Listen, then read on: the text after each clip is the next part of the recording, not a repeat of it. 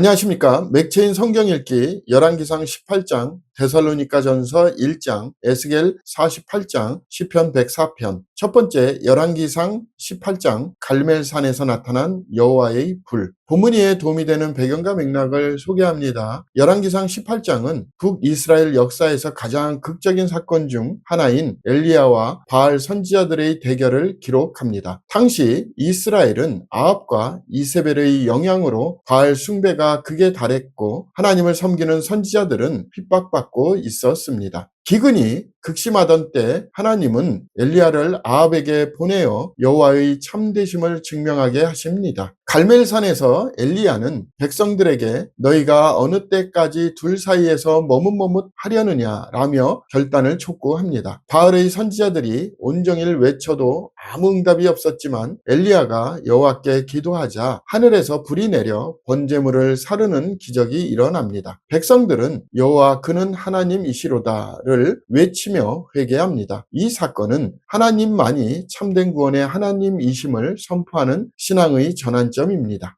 본문의 중요 구절을 소개합니다. 열왕기상 18장 39절 40절 모든 백성이 보고 엎드려 말하되 여호와 그는 하나님이시로다 여호와 그는 하나님이시로다 하니 엘리야가 그들에게 이르되 바알의 선지자를 잡되 그들 중 하나도 도망하지 못하게 하라 하매 곧 잡은지라 엘리야가 그들을 기손 시내로 내려다가 거기서 죽이니라.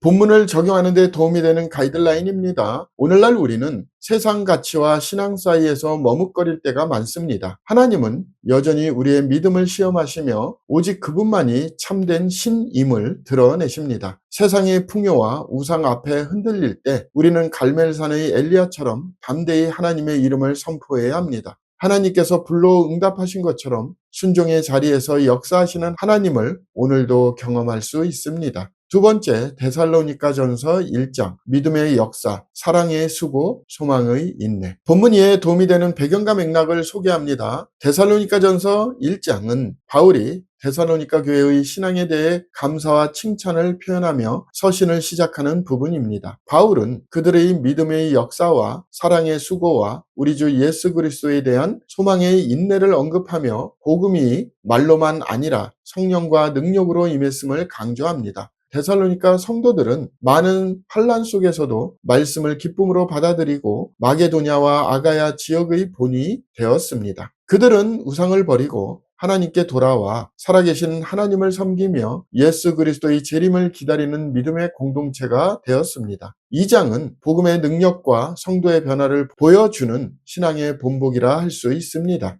본문의 중요 구절을 소개합니다. 데살로니가 전서 1장 9절 10절 그들이 우리에 대하여 스스로 말하기를 우리가 어떻게 너희 가운데에 들어갔는지와 너희가 어떻게 우상을 버리고 하나님께로 돌아와서 살아계시고 참되신 하나님을 섬기는지와 또 죽은 자들 가운데서 다시 살리신 그의 아들이 하늘로부터 강림하실 것을 너희가 어떻게 기다리는지를 말하니 이는 장래의 노하심에서 우리를 건지시는 예수시니라.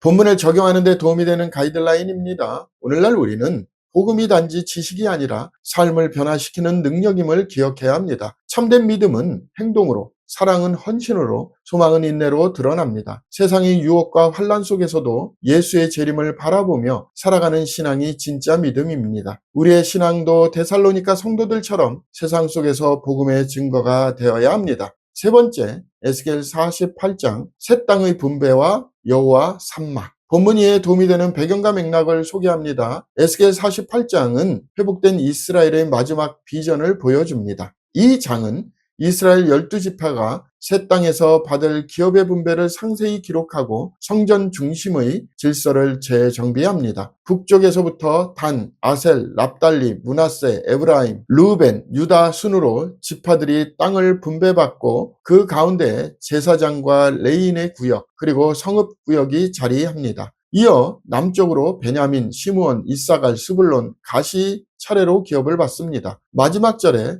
그날 후로는 그 성읍의 이름을 여호와 산마라 하리라 라고 선언되는데 이는 여호와께서 거기 계시다라는 뜻으로 하나님의 영원한 임재를 상징합니다. 이 비전은 하나님의 통치와 임재가 회복된 완전한 새 예루살렘을 예표합니다. 본문의 중요 구절을 소개합니다. 에스겔 48장 34절 35절 서쪽도 4,500척이니 또한 문이 셋이라 하나는 간 문이요 하나는 아셀 문이요 하나는 납달리 문이요 그 사방의 합계는 18,000척이라 그날 후로는 그 성읍의 이름을 여호와 삼마라 하리라. 본문을 적용하는 데 도움이 되는 가이드라인입니다. 오늘날 우리는 하나님의 임재가 삶의 중심에 회복되어야 함을 배웁니다. 하나님이 거하시는 곳이 곧 거룩한 땅이며 그분의 통치가 임할 때 진정한 평화가 찾아옵니다. 우리의 삶이 하나님께 속한 기업이 되도록 날마다 그분의 임재를 구해야 합니다. 하나님이 거기 계시다는 이 선언이 우리의 가정과 공동체 위에 선포되기를 소망합니다.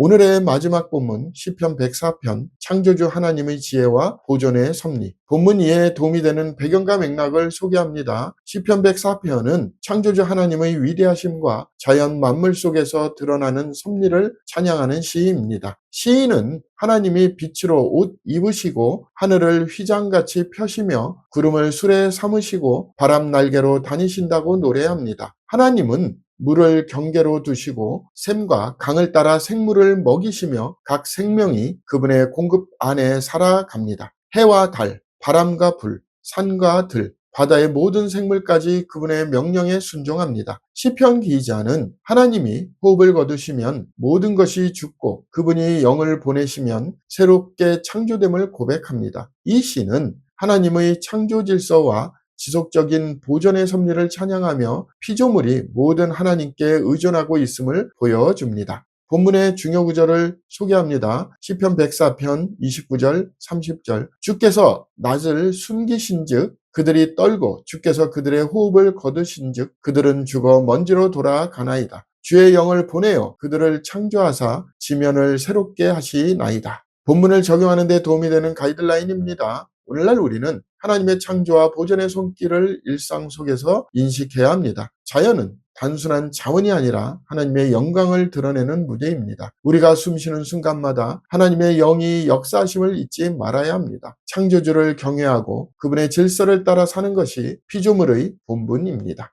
오늘 데살로니가 전서가 처음 나오므로 데살로니가 전서가 쓰여진 목적을 소개합니다. 데살로니가 전서는 바울이 제2차 전도 여행 중 세운 교회에 보낸 서신으로 박해 속에서도 믿음을 지킨 성도들을 격려하기 위해 쓰였습니다. 바울은 먼저 그들의 믿음과 사랑, 소망을 칭찬하며 복음이 그들 가운데 강력하게 역사했음을 확인합니다. 또한 예수 그리스도의 재림에 대한 잘못된 오해를 잡고 성도들이 종말을 기다리며 거룩한 삶을 유지하라고 권면합니다. 그는 재림이 임박했음을 강조하기보다 재림을 소망하는 자답게 현재를 신실하게 살아가야 함을 강조합니다. 아울러 공동체 안의 사랑, 일상의 근면, 순종의 질서, 그리고 지도자에 대한 존경을 가르치며 교회의 영적 성숙을 촉진했습니다. 결국 이 서신은 소망 중에 견디며 사랑으로 역사하는 믿음을 가진 교회의 모범을 제시하는 편지입니다.